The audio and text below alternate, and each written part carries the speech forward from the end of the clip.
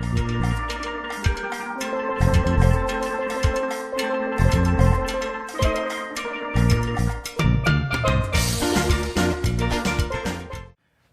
we'll start. Good morning. I'm Steve Thompson, president of Emery Thompson Machine, and welcome to Make It Fresh.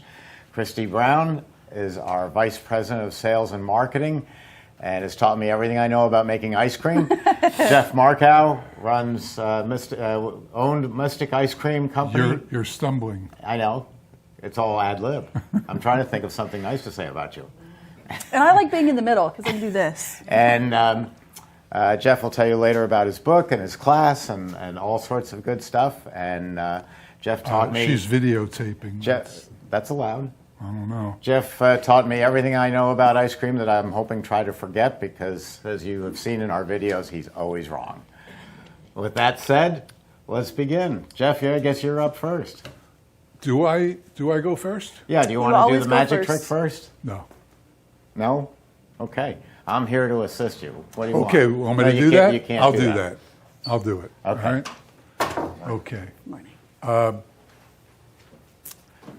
Interesting. One is bigger, one is smaller. Everybody see that? Right? Pick one. Well, you got to pick a person to do it. I just did. Okay. Would you stay out of this, please? I'll try. I'll handle this. Trying to do my Pick one. Pick one. They're the same size. Oh. Look, they're bigger and smaller. It's how you have. This is the audience I have to deal with? Okay. So much for the joke. What are you going to make? I tried not to answer. No, that was the right answer. Do you want to exit stage right or left? I'm going to be up here to assist you. Really? Yes. How come? Just because you look like you need assistance. Oh, no. And besides, it lets me, crack jokes about you. Okay, first thing we're going to make, first ice cream we're going to make. What's the most popular flavor in the whole world? Vanilla. It's enough out of you. Vanilla. Every ice cream store in the world sells vanilla. So if you're going to sell vanilla, what's going to make yours different? The flavor. The flavor, the texture, it has to be different. If you want to be the best, and if you follow my instruction, your ice cream making and ice cream store will be the best one. To make vanilla special, you can add things to it. Not changing that it's vanilla, but just changing the flavor, texture, sweetness, making it your own. I discovered that using honey in my vanilla changes everything.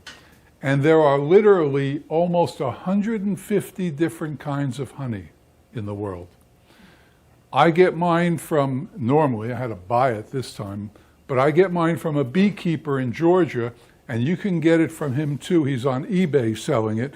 They come in these bladders here, and he's got all different kinds. The most popular honey is like wildflower honey. And that'll work. That's what we're going to use today because it's generic. I use sourwood honey. I like that. But there's hundreds of different kinds of 100 different kinds of honey, and if you experiment a little, your vanilla will have your signature on it. Okay? So to start, we're going to use, this is an Emery Thompson 24-quart machine, which for a full batch takes 10 quarts of mix, which is just what is in these bladders. However, Continue. However, we're going to make a half batch, so we'll use, see how good they are. How much? I told you it's enough. 5, right. So we'll use 5. The first tip of the day, when you're measuring, whatever you're measuring will have gradations on it. And if you just do it like that, then when you go to measure, you have to get down and away and look. So just do this, and then you can see where you're going. After you said that a couple of classes back, I tried it at home with my coffee pot, and it worked perfectly. Especially at 5:30 Did you have in the any morning. doubts? Yeah, 5:30 in the morning. It's hard enough to see anyway. Okay, so we're going to take 5 quarts of mix. It's called mix, but really it comes from a dairy, and it's really milk, skim milk, heavy cream, a little, this company does use a little vanilla, and a little sugar. And it's basically cream. And it comes in these bladders, 2 bladders to a box. And this is pretty universal, right? Yep. In all the world. Okay, so we'll put it in. And we'll always put something here. New? Yes. It is, isn't it? Mm-hmm. See? It's a slight redesign. We're always trying to improve them. That's interesting. Okay, so tip number 2, when you pour things, the higher, the more narrow the stream. You know that, right? Is this working? Yes. Okay. All right, so we'll pour this in here. And see, the higher, the narrower the stream. The lower, the thicker. Ooh, what a crowd, I want to tell you. They're hanging on your every word. Yeah, in a minute I'll be hanging. Okay. We're also going to use vanilla. Steve uses the high-priced spread of vanilla. Oh, it's not that expensive. And in fact, they've now named it after me. It's when you call up Lockhead and ask for Steve's Vanilla, you'll get the all-natural. And he doesn't pay for it. Right. Okay. So we'll put 5 ounces in. Whoa, stop. That was 9. I'm so glad you decided to stay here this time. Yeah, because we got to keep you in line. And then the honey. This calls for, because we're using a half batch, 20 ounces of honey. Normally it would be 40, but we're going to use 20. And because this is so perfect for the job and doesn't work, because you can't read it, we'll take a 1 quart container. Half would be how much? Hello? Half the quart. 1/4, half of the. How many ounces in a quart, guys? 32. Wow. Holy cow. Woo. Whew.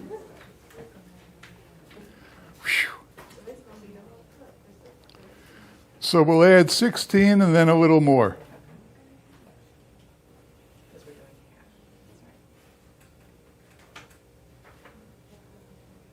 Good. Whew. If I was baking, I would have sprayed the thing with some cooking spray.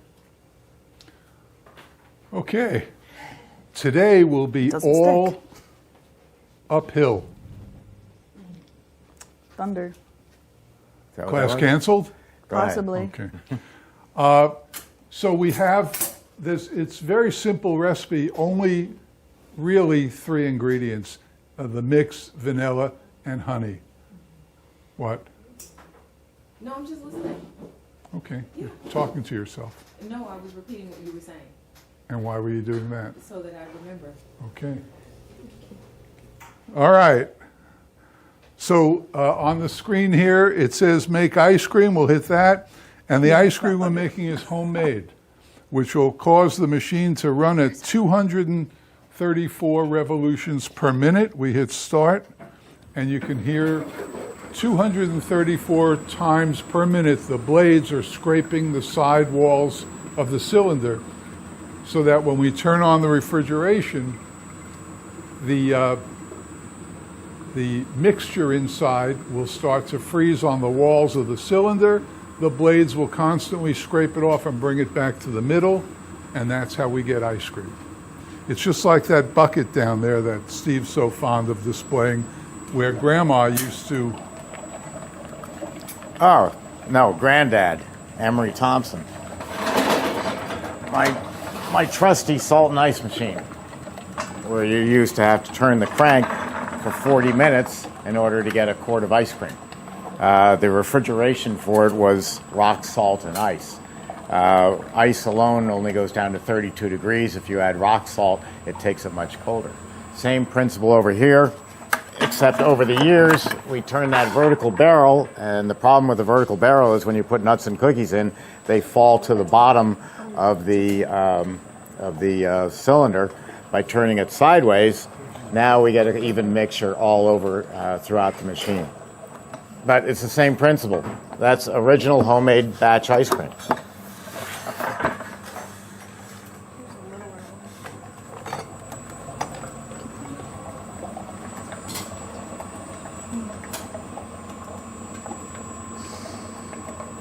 Okay, honey's in. Squeeze this way. Sorry. Now we're going to turn on the refrigeration, which starts everything going. And you can hear the compressor. I always turn it on and wait to hear the compressor. If you don't hear the compressor, then you got to redo it. So listen carefully. You hear that? So now you know that the refrigeration is on, the blades are spinning, everything's fine. Not that you'll have a problem. I've been using the same machine, well, going on 15 years now.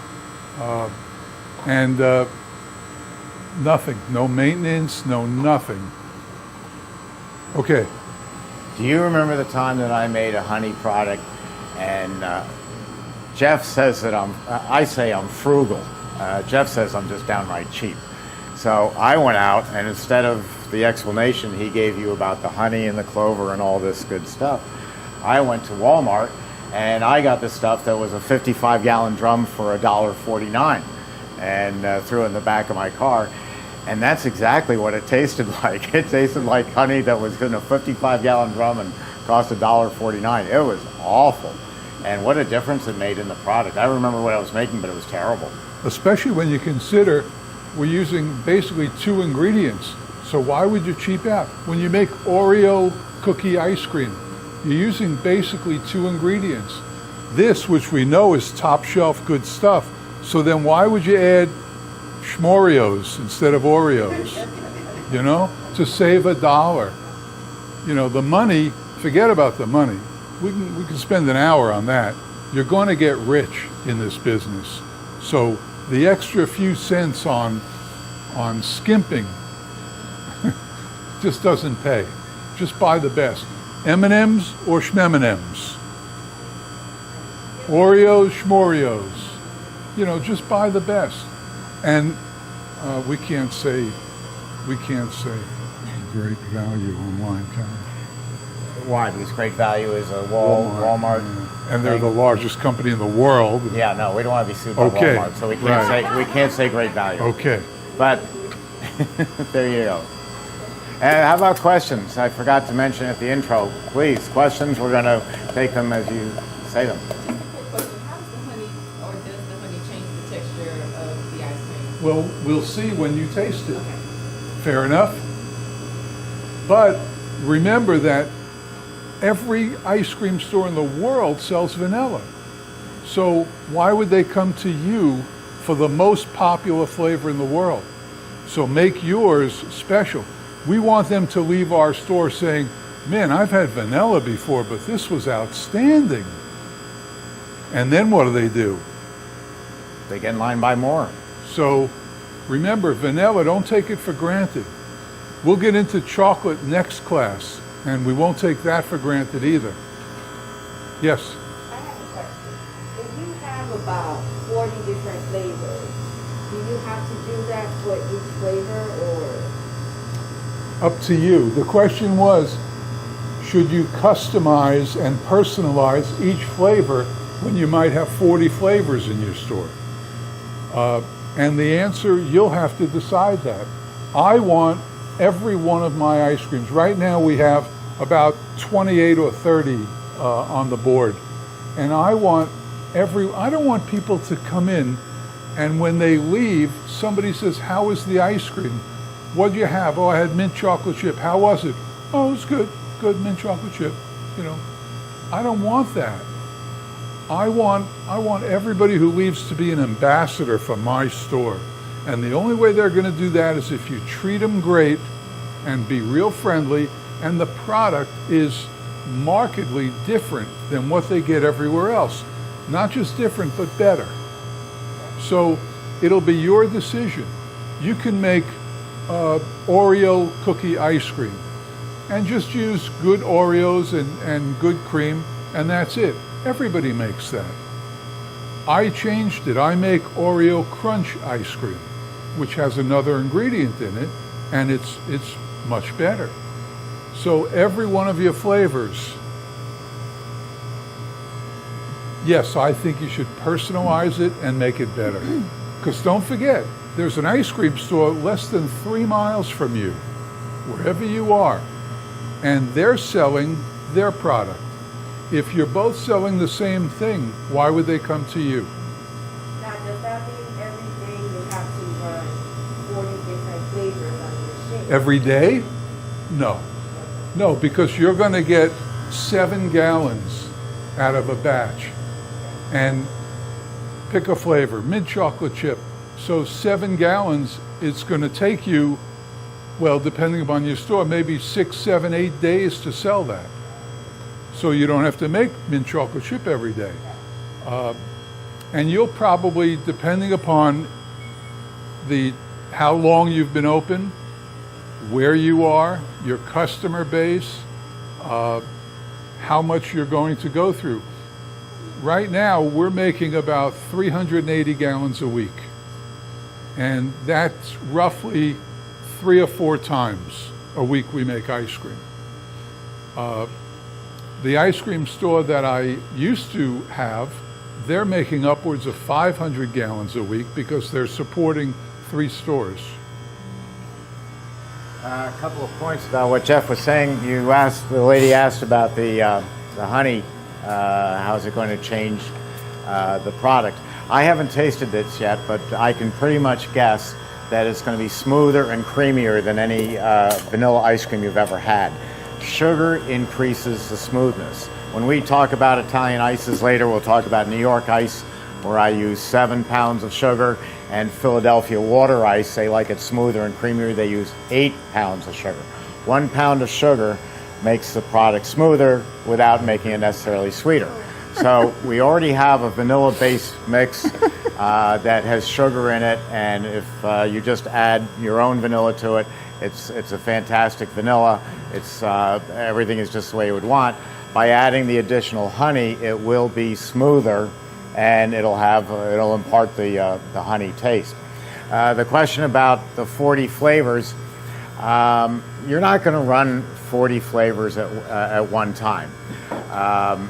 The industry has moved very far away from that. We used to have, of course, Baskin-Robbins was known for its, 31, 32 flavors? And before that, Howard Johnson, the same thing. And they literally had 31 flavors. Nowadays, because rents are so high, we used to be doing 1,500, 2,000 square foot stores. Now I'm doing 900 square foot stores. Jeff started at 78 square feet, or 72, somewhere in there. 57. 57, even smaller. People don't have the money for all the extra equipment, the extra dipping cabinets.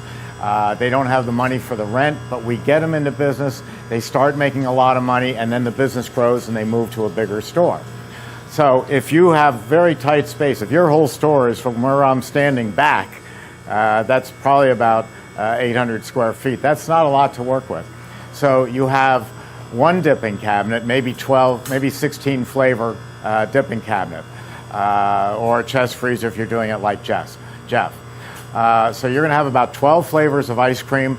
We're going to show you today dairy-free ice cream, vegan dairy-free for the under 45 age group, and that is just taking over the market by storm. We're going to do an Italian ice, so you'll have your 12 flavors plus some Italian ice and some dairy-free. And then every week you'll run, I like to see it done on a Thursday night, you run a flavor of the week. You say, we're going to have, how you doing back there? I'm ready. Okay, we're going to have a flavor of the week for the people. Just as we listened before, we're going to listen now to the compressor shutting off. That's important because if you leave it running, it's going to get colder in there and the machine, you're going to freeze the machine up. You have to hear that compressor come off. Nice shorts. Thank you. Okay, now we'll take it out. All right, can't wait to try this. Let's see how fast that comes out. That's the design of our machine. We're in the production business. We want to get that out quick. It also gives us consistency between tubs. If you take forever trying to get the product out, the Italian machines have a grate, and they say, isn't it pretty? It comes out in ripples. Well, that disappears as soon as you scoop it. But it slows the process down so that first tub weighs more, weighs heavier than the second tub. This way, our tubs weigh even. So may I please ask a question? Jeff, how did you know it was finished? Because we didn't hear an alarm, or did you just, you sensed it? That's a good question. The question was, how did we know it was ready to come out of the machine? Nobody knows, and everybody knows. Steve will do it different time than I do it. Christy will do it different time than he does it. You'll know it by sight. I like to take it out earlier than Steve. Steve goes long. I pull it out when it's a little. The consistency, easy to pour. Well, my reasoning is when I fill the bucket, I don't want any air pockets in the bucket, so I pull it a little looser so that when it comes out, it fills the bucket without air pockets. Minor It's point. it's still nice and firm, as you can see, and it's holding up very well. It's not loose, but at the same time, it's a consistency that we can get it out of the machine. People call up. They call me Sunday night at 8:30, and they say, I just made a batch of vanilla, and I put 2.5 gallons in and got 2 gallons back. Well, I know they overfroze it. It's 90% of the ice cream is still in the machine.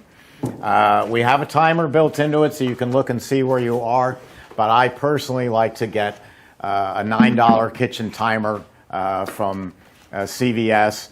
I set it for 8 minutes, and when the bell goes off, I know to come back to the machine and check it. And we'll show you later. You check it by opening the gate and closing it quickly. If it cuts off like a knife went through it, it's ready. But you're not going to be sitting around. The lady who said 40 flavors, and do I have to make each one every day? That's going to take you some time. You're not going to stand there like this and going, isn't this lovely? It's like when we first bought a washing machine. You couldn't you got a door on it. You couldn't help but watch it. And let's talk about 40 flavors. I don't know of an ice cream store in the world that needs 40 flavors. If you think about it, somebody walks in, let's say there's even a line, and you've got 40 flavors. To me, it adds to confusion. I'm not saying have 6, although that's what I started with, but 40 seems like overkill, and you're going to confuse people. Do I get the raspberry or the cherry vanilla or the guava? If you didn't have 40, let's say you had 30, do you think you'd lose customers? I don't think so. So usually in the world, simpler is better. You don't need 4 death by chocolates. You only need 1. 1 will do the job. So everything is based nowadays on keeping it simple and keeping that line moving. That's why I don't like the visual display cabinets where you can see the ice cream. a lot of people use them, but it holds up the line. I contend that everybody who walks into your ice cream parlor already knows what flavor they're going to buy. I know I'm going to buy mint chip. I'm judging everybody's mint chip by mine. Is it minty without overdoing it? Are the chocolate chips fresh? I'm going to see how your store does. But if I come in and there's 40 flavors, I'm kind of looking at them, all of them, and I'm deciding back and forth. And I go, I'll take the mint chip. I already knew. And if you have something exotic, you're going to invite me at the end to say, hey, we just made mango chocolate chip. Would you like to take a pint home with you? And yeah, I'm going to take it home. Or to make that point stronger, if you're a mint chocolate chip fan or a coffee fan or a walnut fan, when you go in and what do you want to do?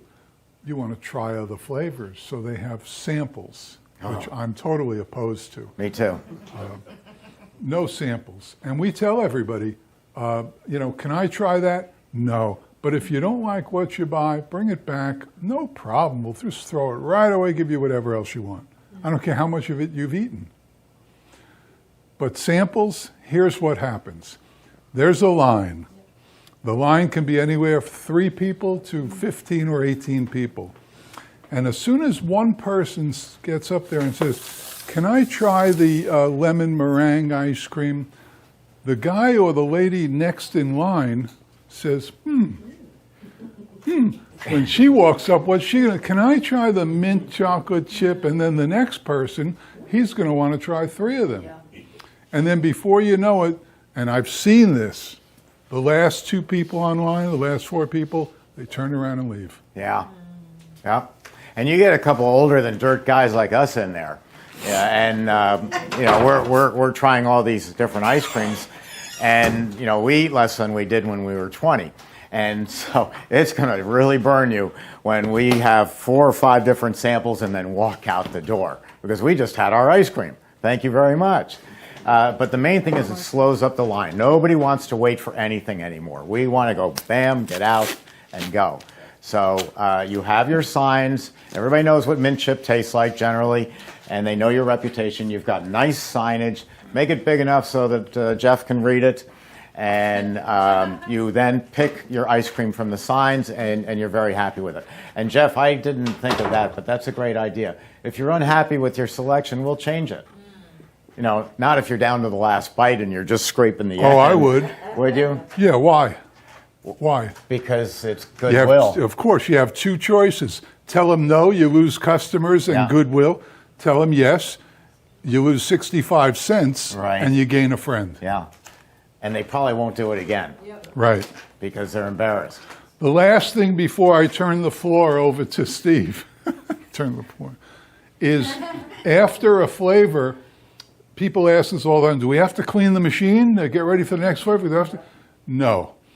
If you plan your run properly, all you have to do is what we call a rinse, which means I'll fill this with 5 quarts, 6 quarts of water, run it through the machine, churn it up a little bit, let it come out, and then we're good to go. Especially because the first flavor was a vanilla. If the first flavor, which you wouldn't do, was chocolate, Bananas Foster, then you would have, or coconut. Coconut and peanut butter, the 2 tough flavors, because there's always residue left in the machine. So you might have to rinse twice, but no big deal. We're only going to clean the machine, which includes disinfecting, at the end of the day. When you get very rich and famous, and call us and tell us how rich and famous you are, because we like to hear, when you make peanut butter ice cream, don't make it. Let somebody else make it. Assign it to someone else, because peanut butter is so sticky that you'll spend the next half hour at the very end of the day trying to clean up the machine. So leave that one for your assistant to make. Well, I have can I have a comment on that? Of course. Yeah, peanut butter is the worst, but if you leave it for last, you don't have to clean it up because you're breaking down the machine. Yeah. So that's what I do. I leave coconut next to last, peanut butter last. And if you have peanut allergies or a concern about it, that takes care of that problem, because it is your last flavor and you are totally breaking down the machine and putting all the parts out on the stainless steel table for the next day. So, all your problems go away. I just like to delegate the authority to someone else.